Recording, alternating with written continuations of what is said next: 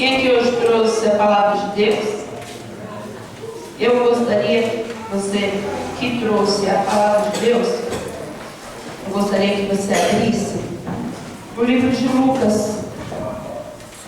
Lucas 15. Todos acharam? Quem achou, coloca a palavra sobre o seu coração. Em nome do Senhor Jesus. Nós vamos fazer dessa canção a nossa oração.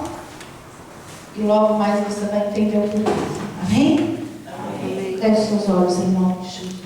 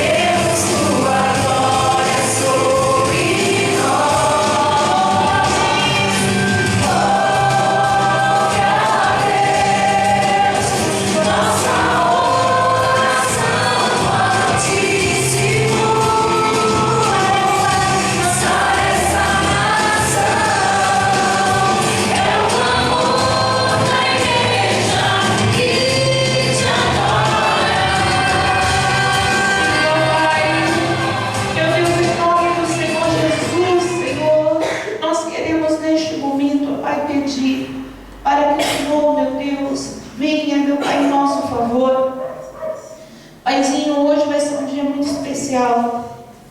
Eu sei que o Senhor vai falar grandemente, Senhor, ao coração do teu povo. Então que os nossos olhos e ouvidos possam estar abertos para ver e ouvir tudo aquilo que o Senhor deseja nos ensinar, Senhor, nesta manhã. Paizinho, repreende tudo aquilo que quer impedir o teu trabalhar, em nome de Jesus. E que o teu poder, meu Deus, esteja neste lugar para falar aos corações aquilo que eles necessitam ouvir. É o que nós pedimos, na certeza da vitória, em nome de Deus que é Pai, Filho e Espírito Santo. Amém. E graças a Deus. Amém, igreja? Amém. Hoje nós vamos aprender uma lição. Amém, pessoal? Opa, peraí. Nós vamos aprender uma lição que se encaixa em duas coisas. É uma lição que se encaixa em duas coisas suas. Nós vamos falar uma única lição a respeito do seu país e a respeito da sua vida. Mas é uma lição. pessoal? Amém. Vocês já vão entender. Ninguém está entendendo nada, né? Vocês já vão entender. Eu quero só mostrar um vídeo para vocês. Presta muita atenção nesse vídeo, gente.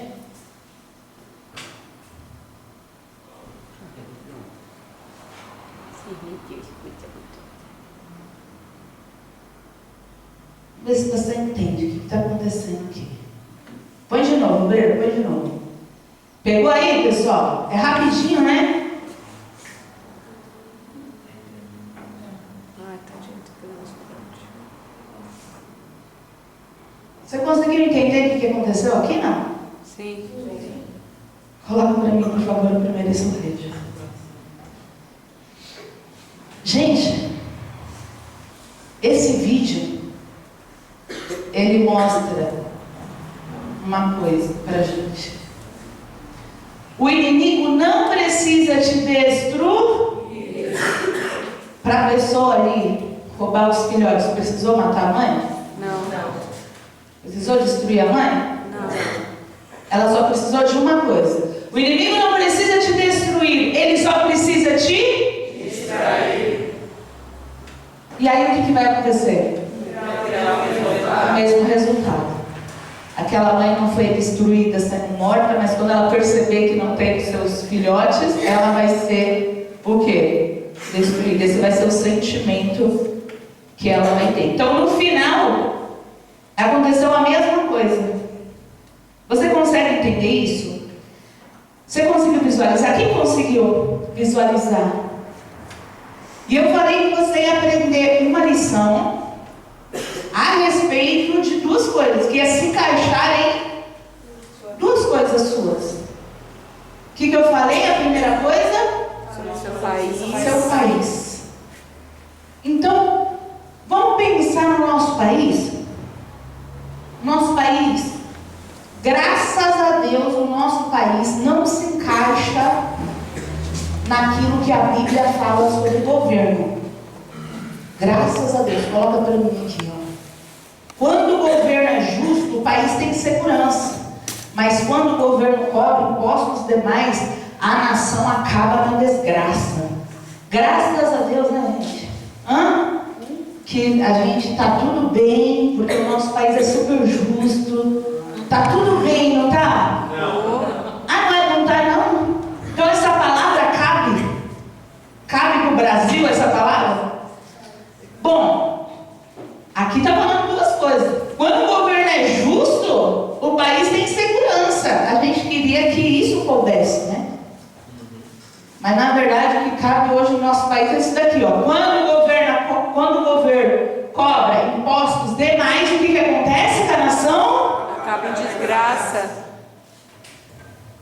Acaba em desgraça. Que coisa. Enquanto o povo se distrai com muitas coisas, com seus próprios problemas, o governo, enquanto o povo está distraído e vivendo as suas vidas, todo dia normal, você levanta, quem tem que estudar vai estudar, quem tem que trabalhar vai trabalhar.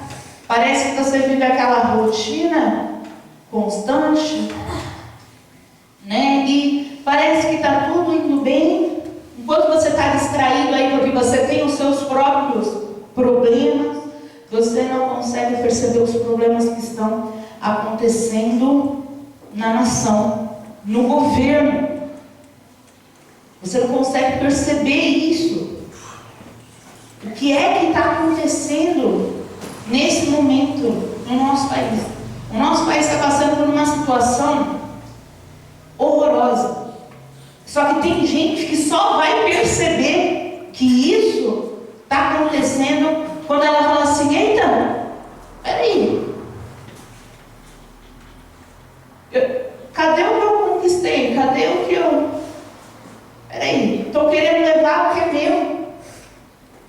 Estou querendo levar só quando roubarem de fato as pessoas.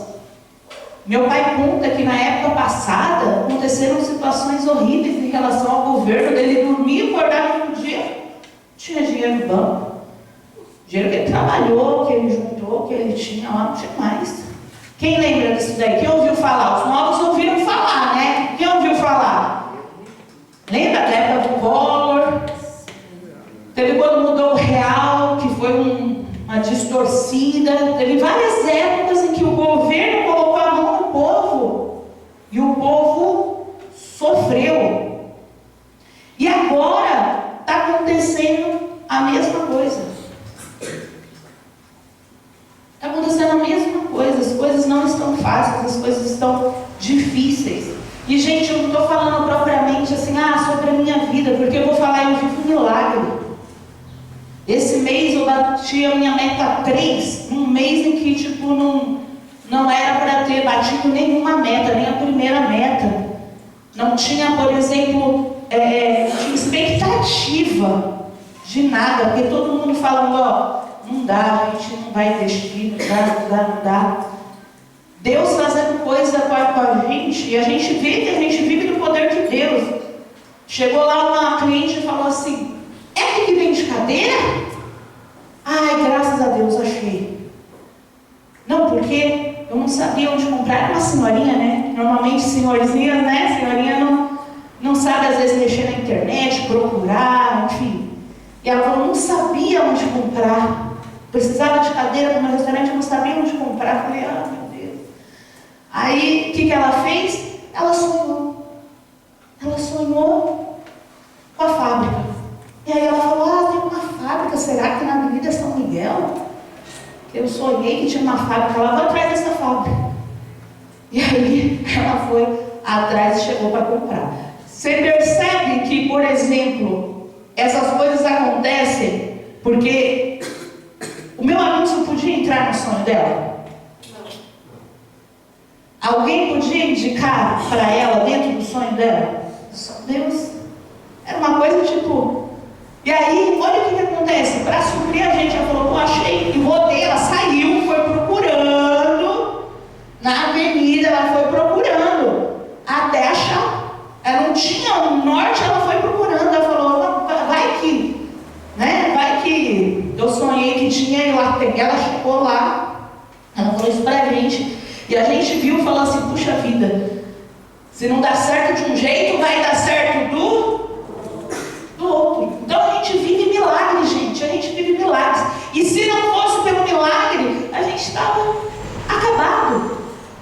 Por isso que a gente precisa viver o milagre. Mas não é porque eu vivo o milagre que eu vou falar assim, então o outro, que se lasque a vida dos outros, que se lasque o outro.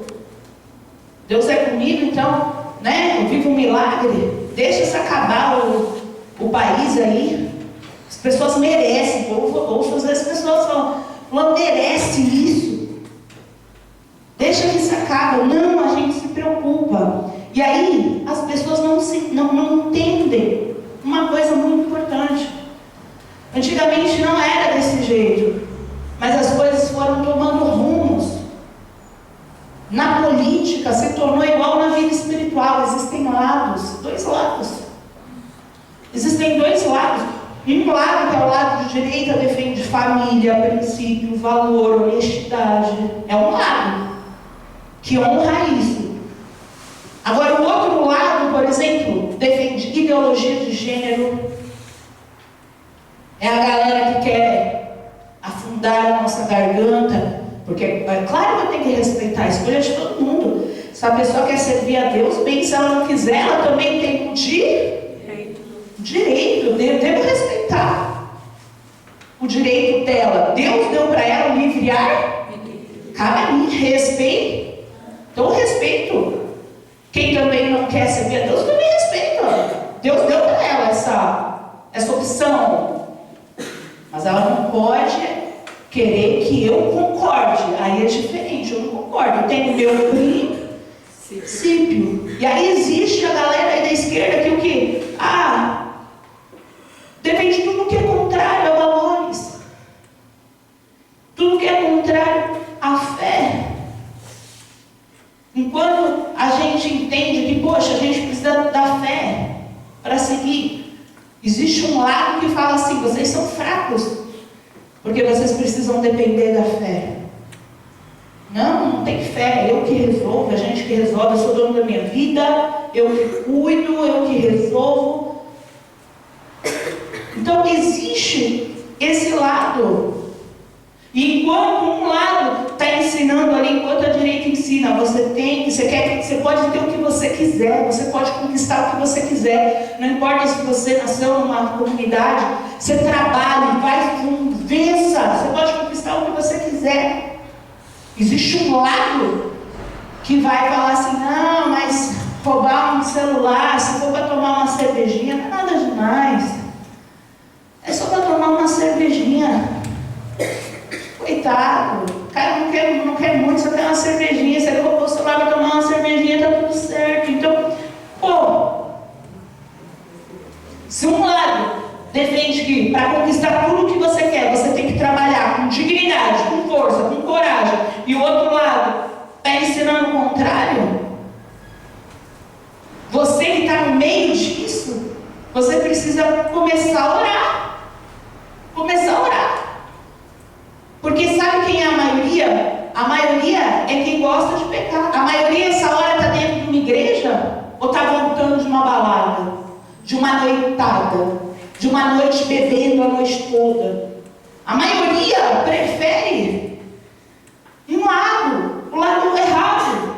E você está no meio disso e você tem que olhar e falar assim, peraí, o que é bíblico? O que a Bíblia fala? Tudo aquilo que eu plantar, eu vou o quê? Colher. Tudo que eu planto, eu colho. Você consegue perceber que é assim que Deus trabalha? Que você faz, você recebe por aquilo que você faz. É assim que funciona na palavra. É assim. Mas infelizmente a gente está com um problema gravíssimo no nosso país. Porque as pessoas com o discurso de não, igualdade, nós cuidamos dos pobres. Com esse discurso, é silenciar os opositores. O nome disso é ditadura. Pastora, como assim? O que é essa ditadura? É quando apenas um lado tem voz. Porque tem que existir os dois lados, porque você quer para você escolher se desse lado ou desse lado. Mas se só a partir de hoje existe um lado, e só um lado vai ter voz, como que fica as pessoas que não querem fazer parte desse lado? Já pensou? A partir de hoje só existe pecado, não existe mais a santidade. Mas eu não quero viver no pecado, eu quero viver na santidade. Não, se você for viver na santidade, a gente vai te matar, a gente vai te calar, a gente vai te prender. Parece um absurdo, não parece? Mas é o que acontece nos países em que o evangelho não pode ser pregado, que as portas da igreja não podem estar abertas como a nossa ainda está. Eu digo ainda, porque do jeito como as coisas estão seguindo, aonde uma pessoa que, por exemplo, errou, claro que errou. Pô, você não deve pegar o seu batom e escrever no estátua. Que coisa horrorosa. Claro que errou. Claro que a gente tem que pagar. Também está errado, porque tudo tem que ser pacífico. Mas uma pessoa que fez isso daí, ela merece uma pena muito pior do que a pessoa que roubou bilhões. E aí, tipo, a pessoa que roubou bilhões de INSS não está sendo investigada. Não, esse não precisa, não. Bilhões não. Então, vamos silenciar aquele que está pregando, vamos silenciar as igrejas, vamos silenciar quem tem força de ser opositor. Se cala o opositor, cala a igreja, cala os valores. Gente, a gente precisa parar e começar a perceber o que está acontecendo. Eu comecei a seguir certinho o que está acontecendo. E eu falei, meu Deus, nós estamos caminhando por uma coisa doida. Olha o que está acontecendo com o nosso país. E aí, às vezes, a gente não ora. No nosso país, a gente tem um governo que pega bilhões para investir numa lei chamada Rouanet, que é uma lei que contrata cantores para fazer festa. Até lá na Paulista, a Ivete Sangalo. A Ivete Sangalo não tem dinheiro, né, tadinha? Ela precisa do dinheiro do governo. E aí o governo pega aquele dinheiro, paga lá, e aí o que acontece no hospital? Quem aqui sempre é muito bem atendido quando você vai no hospital? É uma vez. Pô, não tem nenhuma mão levantada. É sempre uma fila imensa, sempre não tem médicos, sempre uma fila horrorosa para fazer exames que são importantes. Eu já vi pessoas morrerem quando foram chamar a pessoa para fazer o exame, ela já tinha morrido. Acho que atrasou um pouco.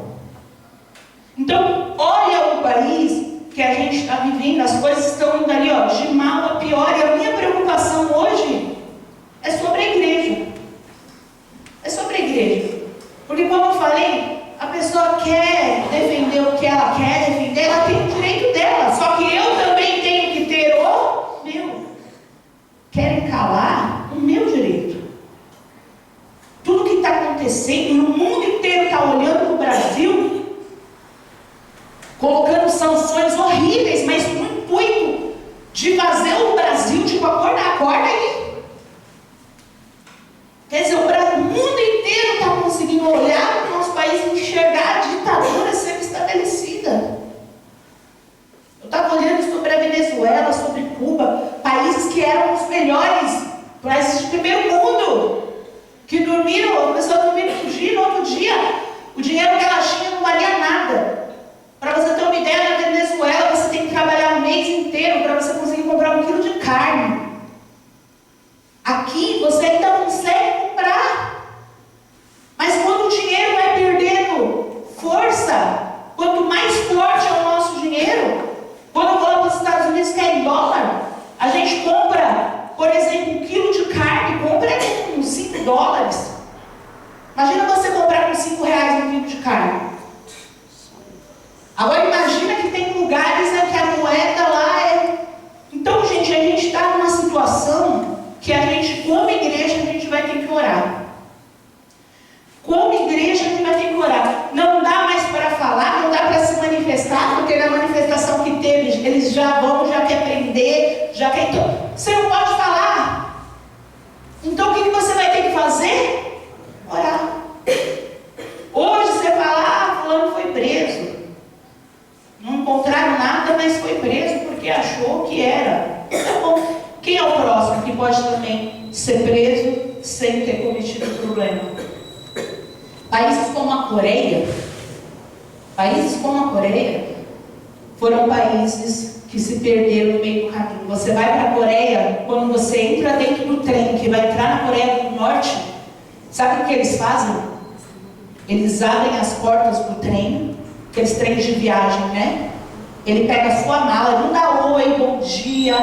Ele pega a sua mala, ele abre todos os livros que tiverem, seja a Bíblia ou qualquer outro livro que não seja do governo deles. Eles vão tirando e vão jogando aí no saco. Você entendeu que não entra? Você entendeu que para a Bíblia entrar na Coreia, ela tem que ser contrabandeada? Gente, normalmente as pessoas vão contrabandear aquilo que é crime, aquilo que é ruim, droga é contrabandeada, né? O que não pode, e não a Bíblia. Agora, será que a gente não está caminhando nessa direção? Parece que a gente está. Porque se continuar desse jeito, a gente está. O país falindo, a pessoa que governa não tem justiça, roubando a gente. O país que pegou o país com números. Tem gente que defende, né? Políticos de estimação. Não tem político de estimação. Não tem feito político A ou B. Fulano errou nisso, errou nisso. Ciclano errou naquilo, errou naquilo. Mas existem números. E os números estão lá. Não pode ser trocado o número.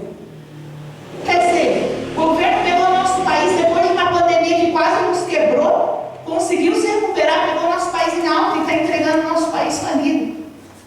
Se é que vai entregar, porque está com a ideia de que agora vai ter que durar mais anos a eleição. Tudo querendo acontecer. Sem responsabilidade, quer estourar uma guerra. Nosso país não tem condições de rebater uma guerra. Se estourasse hoje, seria já o final dos tempos para a gente.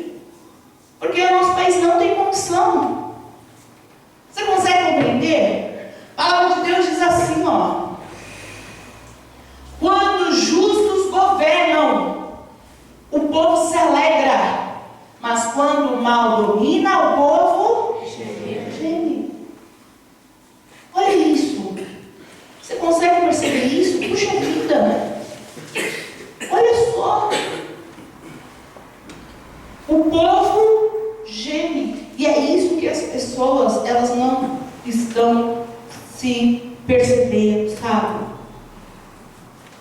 Alguns já estão gemendo. Outros ainda não. Outros estão ali igual o coelhinho. Comendo ali, ó. Ah, governo maravilhoso, tem pouco família. Vai lá comendo lá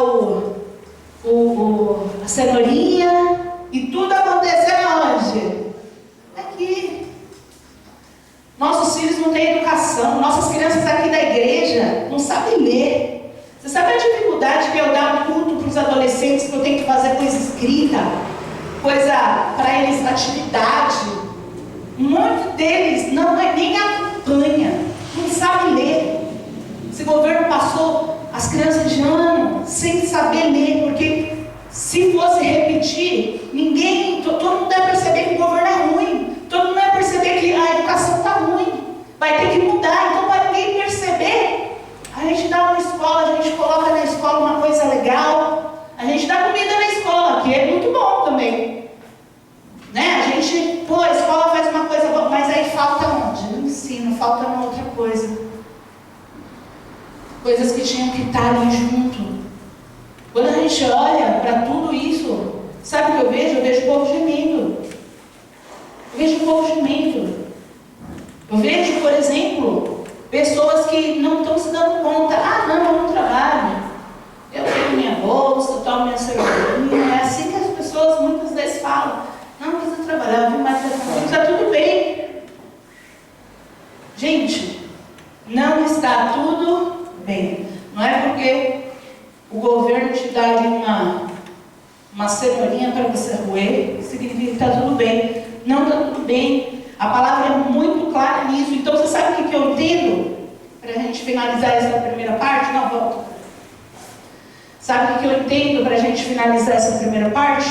Que fala sobre o país. Quando os justos governam, o povo se alegra. Quando o mal domina, o povo geme. Infelizmente, não tem justo nos governando. E se você acha que tem, você não se percebeu ainda. Você não foi pesquisar de verdade, conhecer. Quando você não conhece uma coisa, qualquer coisa que te falam é a sua verdade. Porque quando você não tem conhecimento, quando você não estuda sobre alguma coisa, quando você não olha números, quando você só vai de conversa fiada que você ouviu o teu amigo e repete o que o teu amigo falou e assim vai.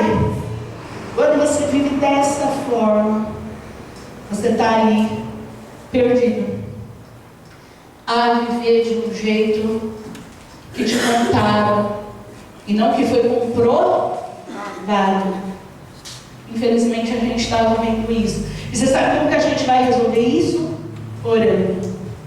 Sabe como eu vou resolver o problema da irresponsabilidade do nosso presidente?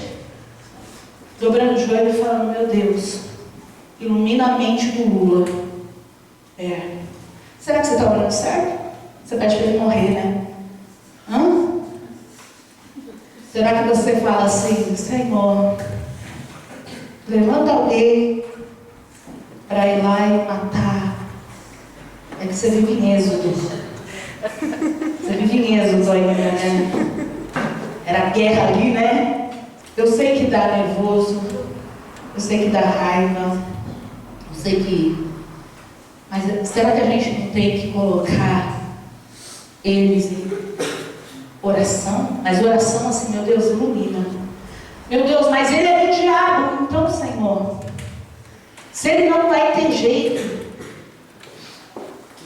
dá um jeito dele sair. Dá um jeito dele sair, dele ficar com medo, dele sair, alguma coisa acontecer dele sair. Se ele não for sair, ilumina ele para ele mudar. Eu vou orar por isso. Ah, pastora, mas você está por fora. Porque quando a gente vai para a Bíblia, a gente vê que a tendência é melhorar, gente. Não é. A tendência é melhorar? Não é. Mas a terra é onde eu vivo. A terra é onde meus filhos vivem, minha igreja vive, minha família vive. Você sabe o que eu quero na terra? Sabe o que eu quero? Eu quero salvação.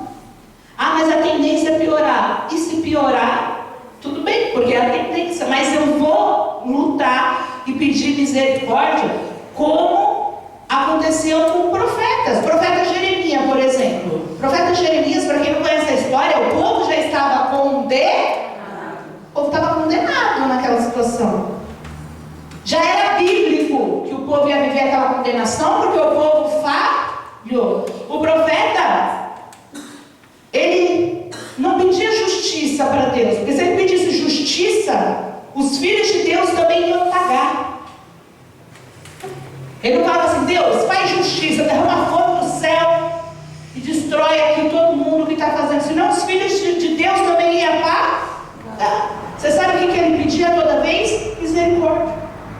Ele dobrava os joelhos dele e falava assim: Senhor, tenha misericórdia. Tenha misericórdia do seu povo, tenha misericórdia. Se você olhar muitas das orações feitas pelos profetas, era sempre pedindo misericórdia. Senhor, misericórdia. Senhor, eu sei que a tendência é piorar. Eu leio a Bíblia. Eu sei que nós estamos no final dos tempos. Não vai melhorar, você entende? Pelo contrário, o amor de quase todos vai se esfriar. Vai ter gente que valorizava a família e aí, em troca de um suborninho, vai trocar a sua valorização por liberdade. E não é assim. E é mentira. Você consegue entender? Agora, vai vir assim. Deixa eu ver. Toda hora eu faço assim, não vai devagar. Agora vai vir a segunda parte. Você entendeu a primeira? Sim. Você entendeu o problema do nosso país? E você entendeu que neste mês de setembro, que é justamente 7 de setembro, é o quê? Dia da Independência. É dependência. A gente vai orar. A gente vai orar. E a gente vai fazer um propósito nesse mês por nossa nação. Nós vamos pedir: meu Deus, abençoa os governantes, ilumina a mente dele, faz conforme a tua vontade. E se possível for, tem misericórdia do teu povo, do teu povo. Teu povo. Tem misericórdia. Sei que o nosso presidente está aí com a cabeça demoniada, está querendo levantar uma guerra do mundo inteiro contra a gente não aguenta uma guerra, não. Eu não vou falar assim, igual muita gente fala: ah, então ó, mereceu, quem mandou fazer o mereceu. Não vou falar isso. Porque eu estou aqui, meus filhos estão aqui, minha igreja está aqui, meu povo está aqui. Então eu vou falar o quê? Meu Deus, não deixa acontecer, não deixa suspender, não deixa aqui virar uma ditadura. O povo do Brasil é fraco. Você é forte. Você tem gente que não vem para a igreja, com a igreja de portas abertas, disponível para receber você todo mundo. Você não vem para a igreja. Imagina se as portas da igreja fecharem e a gente tiver que se reunir de forma escondida. E se encontrarem a gente, seremos presos. Será que a sua fé vence isso? É assim que acontece em países da Índia, da China, da Coreia, em estados, lugares da China. O país Coreia do Norte todo. Muitos países do mundo. As pessoas adoram a Deus, sabe aonde? No banheiro. Em banheiros. Se reúnem no banheiro. Fazem no banheiro o templo. E se são pegas, são mortas. Tua fé aguenta isso? Será que a gente aguenta? Será que o brasileiro aguenta? O brasileiro que tem a porta da igreja hoje aberta, não vem para a igreja, o dia que está um pouquinho frio, não vem para a igreja porque eu cansei demais essa semana, não vem para a igreja porque eu decidi que eu vou pecar hoje. Se eu tenho dinheiro, eu não vou para a igreja, eu vou sair para andar lá. Então, você tem que mudar você agora. E é onde a gente vai entrar. A gente falou, eu falei que era uma única lição sobre duas situações. lições. A primeira é o quê? Nosso país.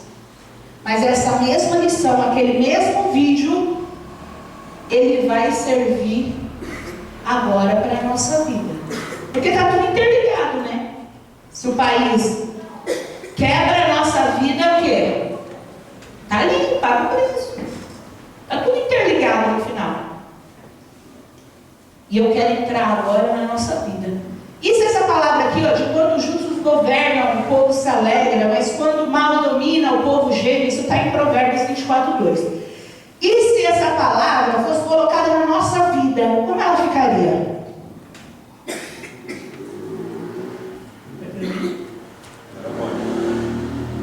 E se a lição desse versículo servisse para todo tipo de governo, não só o governo do nosso país, mas do nosso governo, não somente do país, mas também o governo da nossa própria vida. E se essa palavra também servisse para nós?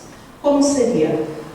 Quando eu governo na justiça de Deus, minha vida se alegra, mas quando o mal me domina, minha vida geme. É a mesma palavra. A mesma palavra que fala sobre o governo país. Certo? Sobre o governo de um país. Agora eu peguei essa palavra e eu fiz o quê?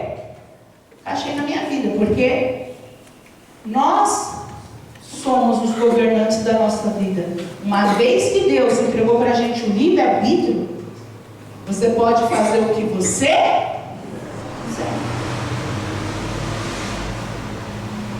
Lembrando que tudo que você fizer e tudo que você plantar, você vai colher. É o que a galera não gosta. A galera do outro lado não gosta de entender essa parte. Mas essa é a realidade de Deus.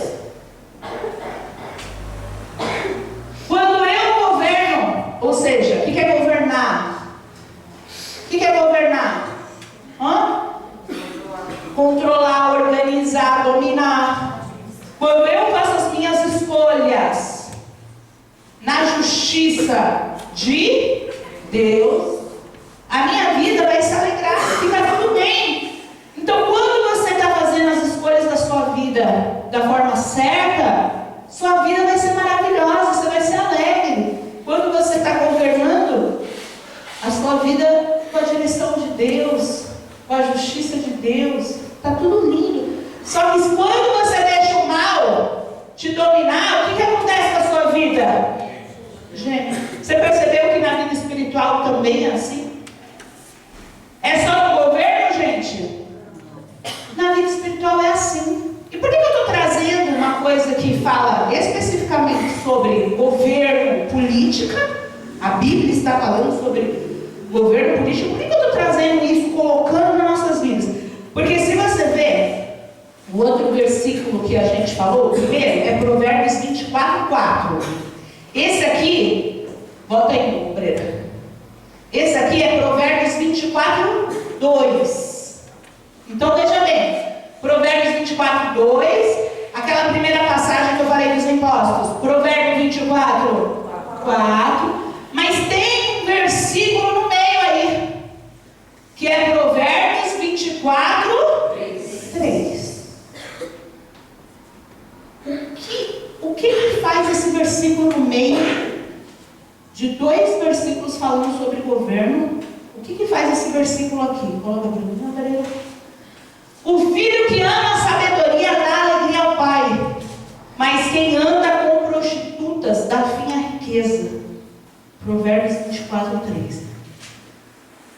O que faz esse versículo estar no meio de dois versículos que falam sobre governo? Você parou para pensar? É dois versículos que falam sobre governo aqui. É dois versículos que a gente aprendeu sobre governo. Olha isso. O Senhor tanto deseja que a gente tenha governo da nossa vida, que colocou isso daí para a gente pensar. Essa passagem aí. E essa passagem, ela não está falando agora sobre o governo. governo. Ela está falando agora sobre a pessoa. E quando eu li essa passagem, o filho que ama a sabedoria dá alegria ao pai, mas quem anda com prostitutas dá fim à sua riqueza. Quando eu fiquei pensando e olhando isso, eu falei, poxa, isso daqui parece uma história conhecida. É a história do... Vocês pegaram também? Pegaram aí? Parece? Vocês sabem, né, que pródigo significa que é o filho errado. Vocês não aprenderam, gente? Eu já preguei isso. Pródigo significa que é o filho afastado, não é? Hã? Vocês lembram? O que é o filho pródigo? Que gasta Bota aí o resultado, o significado, aliás. Significado de pródigo: aquele que desperdiça o que é seu, que gasta demasiadamente, que esbanja e dissipa seus bens, gastador, esbanjador.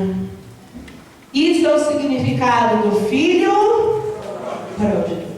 Palavra, aliás, pródigo, né? A palavra pródigo significa isso. Significa aquele que gasta demais. Aquele que gasta demais.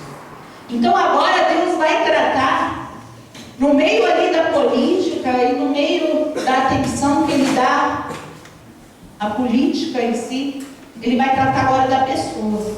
Por isso que eu falei que era uma só lição para duas coisas: para o seu país e agora para a sua vida. Você se lembra da história do filho pródigo? Coloca aí para mim, obreira.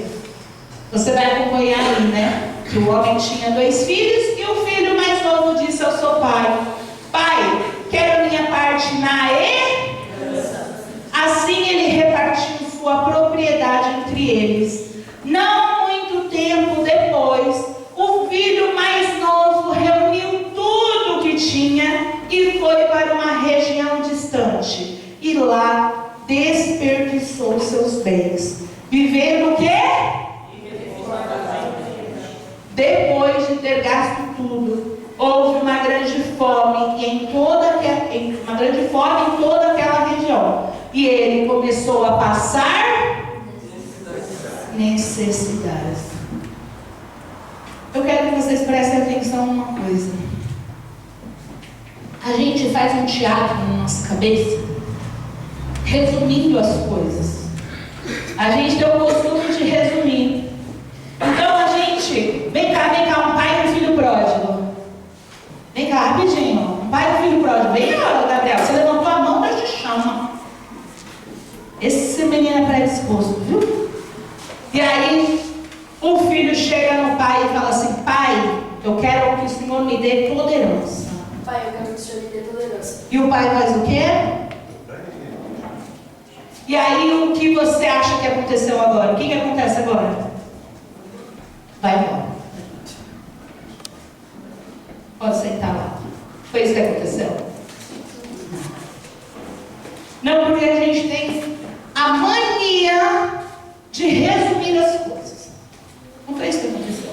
Se você se atentar aqui, não muito tempo depois, algumas Bíblias, dependendo da tradução, vai dizer, e algum tempo depois, ou seja, tempos depois. Então, primeiro, o que o filho fez? Primeiro, ele se distraiu. Sabe aonde ele se distraiu? Dentro da casa do pai ainda. Dentro da casa do pai, é onde ele tinha que trabalhar com o pai, ajudar a fazenda do pai a crescer. Pô, é o pai. O pai tinha uma fazenda, é a história de um fazendeiro, não é? O pai tinha uma fazenda. Ele tinha que estar como? Focado. E aí ele se distraiu. E quando ele se distrai, ele perde o foco. Ele pede para o pai o dinheiro dele, a parte dele, ele pede para o pai. Passa a porta ali, Pedro. Sal tá feliz lá na junta. E ele pede para o pai o dinheiro. E não foi do nada. Acordei hoje com vontade de pedir tudo que é meu aqui, de pedir todo o dinheiro do meu pai. Gente, herança é dada quando a pessoa está viva? Herança é quando a pessoa morre.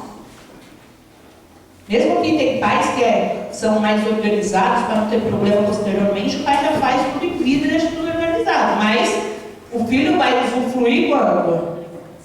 Depois, não antes. Olha só, esse filho todo o quê? Conturbado. Aquele pai poderia virar e falar: você está doido? O pai fez o que ele pediu. Ele tem um livre-arbítrio. Mas alguma coisa aconteceu nessa fazenda que distraiu ele. E ele pegou aquele dinheiro e ele ficou mais distraído ainda com aquele dinheiro. Porque ele não pegou o dinheiro e foi. A palavra fala que ele pegou o dinheiro e um tempo depois ele foi. Então imagina que ele pegou todo aquele dinheiro e ele ficava o quê? Distraído com o dinheiro. E ele ficava pensando: o que eu vou fazer com esse dinheiro? Bom, aqui na casa do pai não tem um monte de mulheres. Na casa do pai não tem um monte de bebida. O que eu vou fazer com esse dinheiro? O que eu posso fazer? Aqui no pai tudo é justo, tudo é santo. Mas o que eu posso ter com esse dinheiro? Olha o que ele fez. Ele se deixou ser distraído. Como se o dinheiro fosse a coisa mais importante que ele tinha. Você já vai entender que não era. O dinheiro não era a coisa mais importante. Ele focou no dinheiro. Mas o dinheiro ele não era a coisa mais importante. Ele se distraiu com o dinheiro. Mas o dinheiro não era a coisa mais importante. Você vai entender por que é que eu estou falando isso. Esse menino então vai, gasta tudo. E aí teve uma grande fome naquela região. E ele começou a passar o quê? Necessidades. Muitas necessidades. Ele gastou tudo, então ele perdeu tudo que ele tinha. E aí o que ele vai fazer aí agora? Vou dar um resumo para a gente ir para a parte que eu quero entrar. Esse rapaz, ele pede um emprego e ele consegue um trabalho. E esse rapaz, ele estava passando tanta necessidade, com tanta fome, que ele olhava os porcos e ele tinha vontade de comer as bolotas dos porcos. Ele tinha vontade de comer a lavagem ali, a comida dos porcos. Então vamos entender. Um herdeiro que tinha tudo, que se assentava no banquete, que poderia viver assentado no banquete, troca uma mesa de banquete para viver como porco. Aí a ficha cai.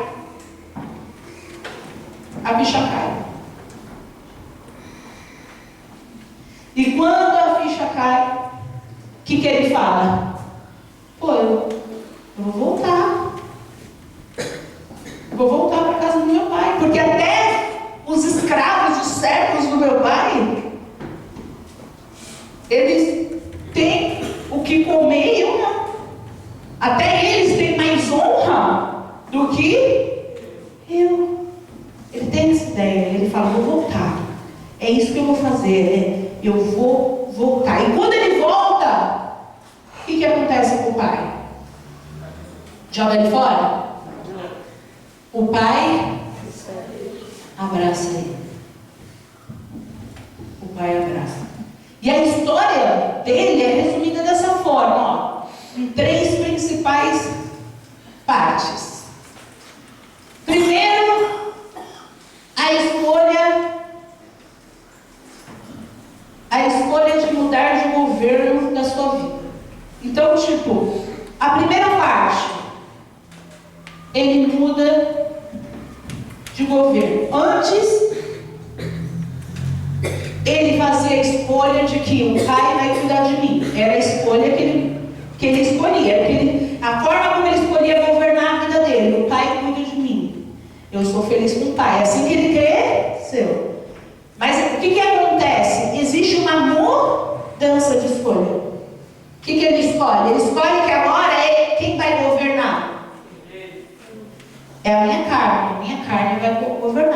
gente vai lá no começo, e quando os maus governam, o que acontece?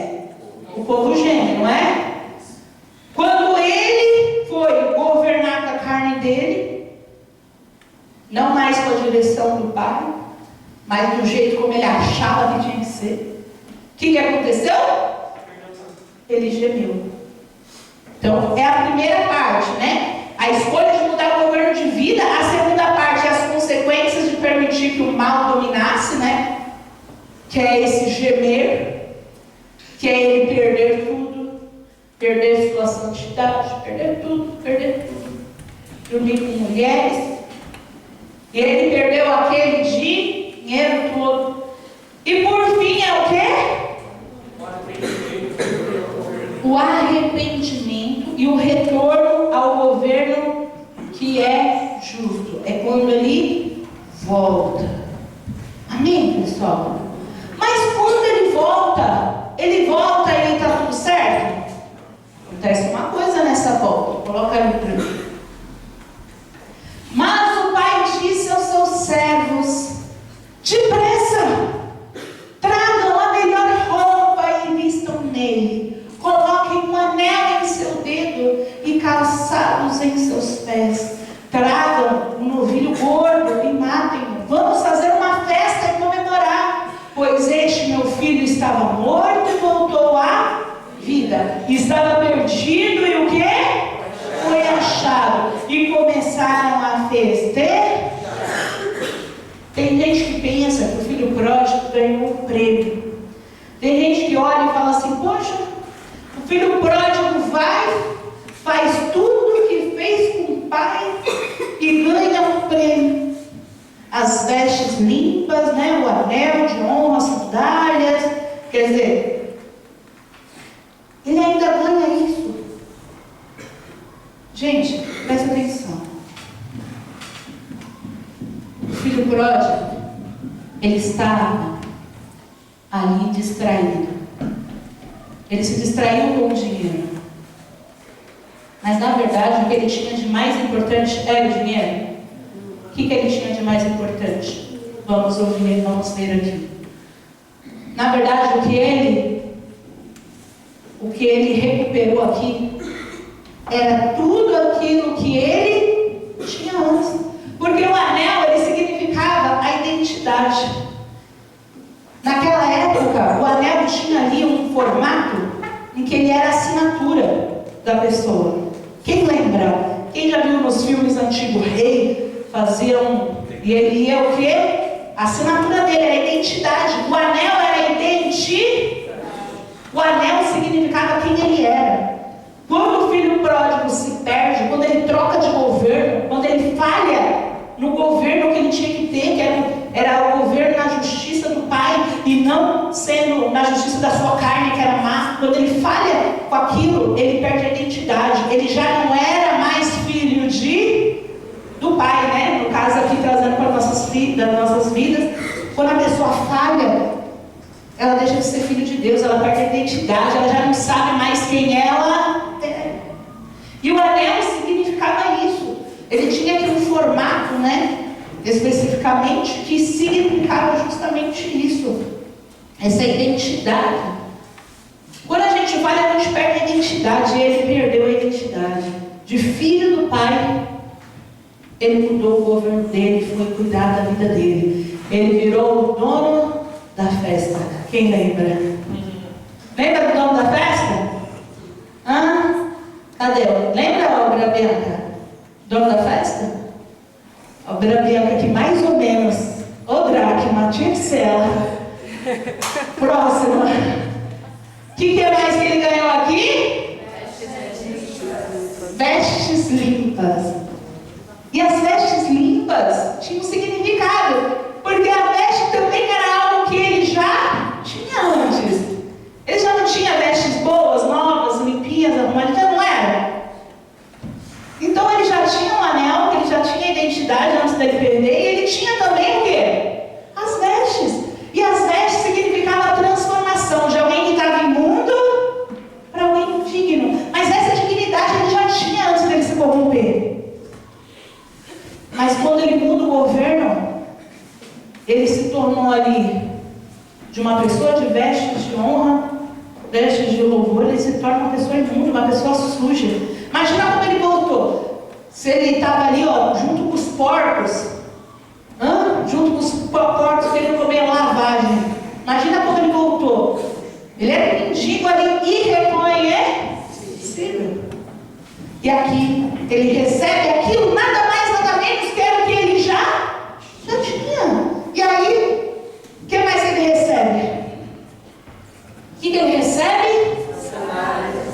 As sandálias, que significava libertação, porque naquela época quem andava descalço, sabe quem andava descalço? Era escravo.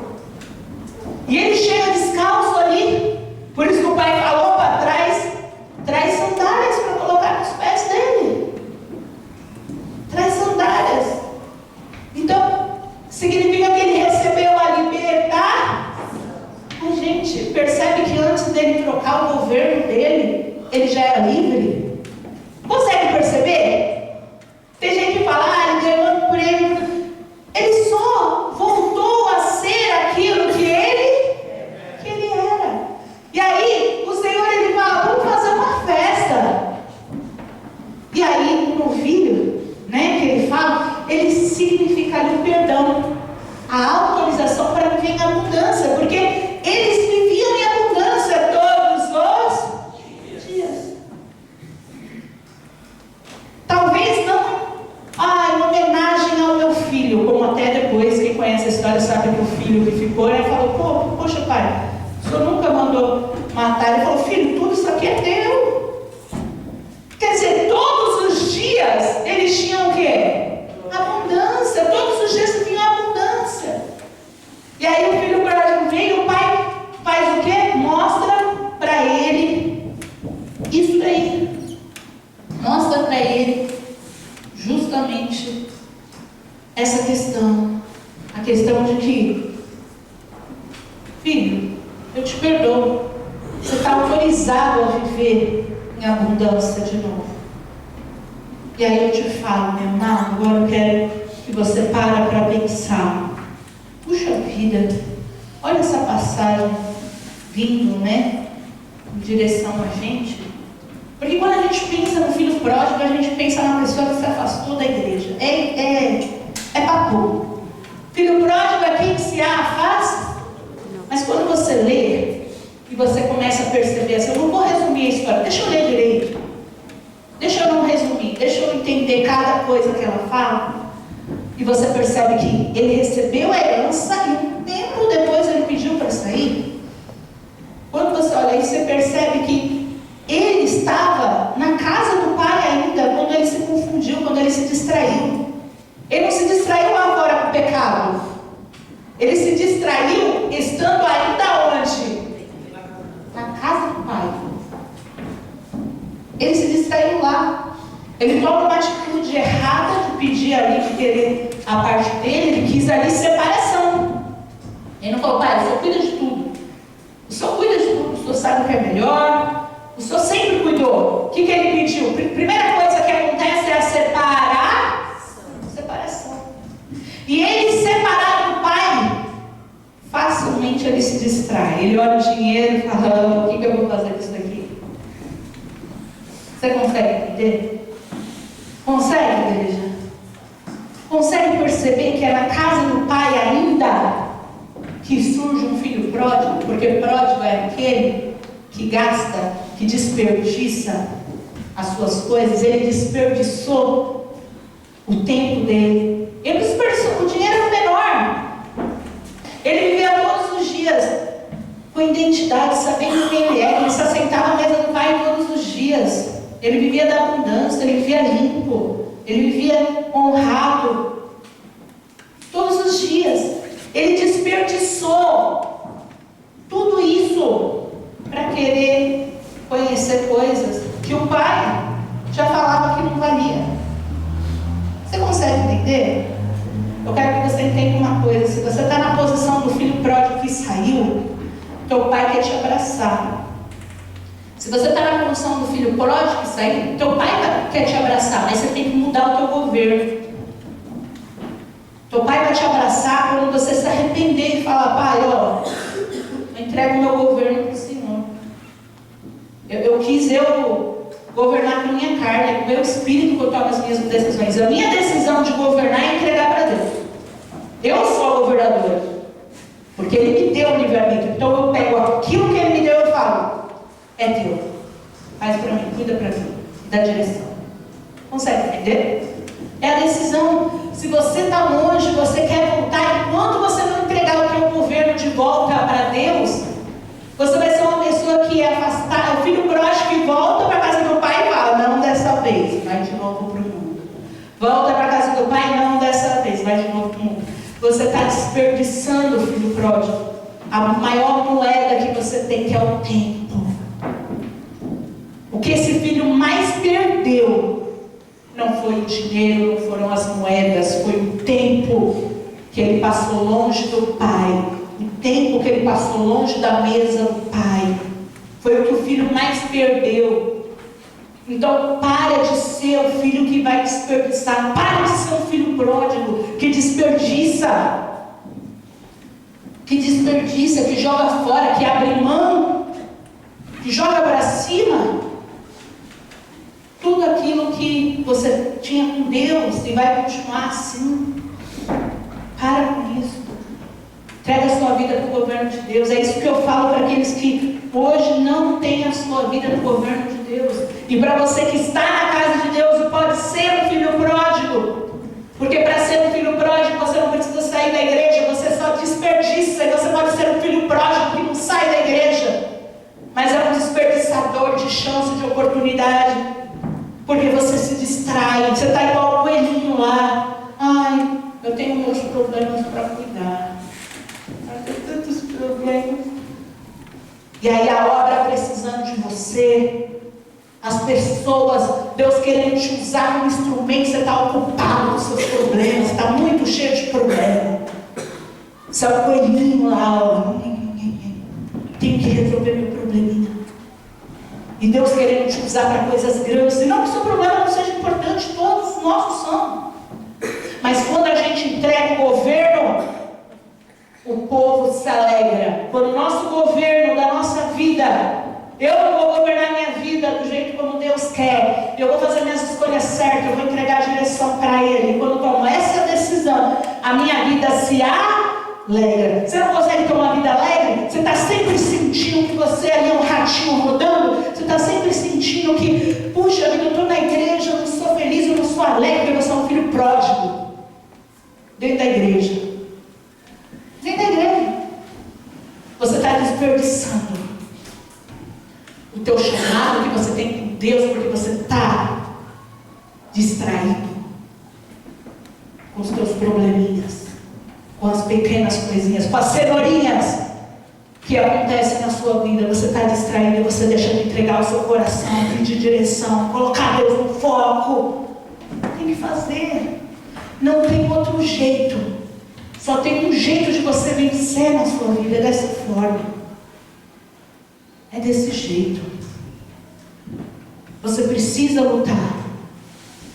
Você precisa estar na fé. Quantos aqui oram pelo seu país? Talvez você não ore, você ora por tudo, todas as outras suas coisas pessoais, mas não ora pelo seu país. Talvez você não ore pelos seus irmãos. A gente colocou um propósito lá na igreja. Vamos orar pelos nossos irmãos. Porque a gente é uma igreja que se reúne para orar e quando ora tem milagre. Por que isso tem que ser pontual? Por que o milagre tem que ser muito estrondoso para acontecer? A gente pode viver pequenos milagres todos os dias, se todos os dias a gente aprender a entregar o nosso governo a Deus. Isso que aconteceu sobre o cliente chegar lá, a cliente, chegar e falar, eu falei, meu Deus, isso foi um milagre. Isso foi para mostrar para a gente que não é... É claro que a gente faz a nossa parte de trabalhar, de lutar, de vencer, mas na situação governamental que estamos, nós estamos vivendo de milagre. É para Deus querendo mostrar para a gente assim, filhos, eu cuido de vocês. E aí a palavra que eu tirei ontem lá na fábrica foi justamente uma palavra aonde Filipe fazia milagres.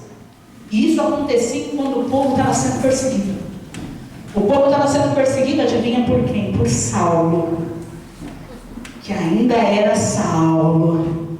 E o povo sendo perseguido, a palavra de Deus envia para a gente a palavra que Filipe orava, fazia milagre, pregava, fazia as coisas acontecer, seguia a fé, fazia tudo o que tinha que fazer no meio de uma perseguição.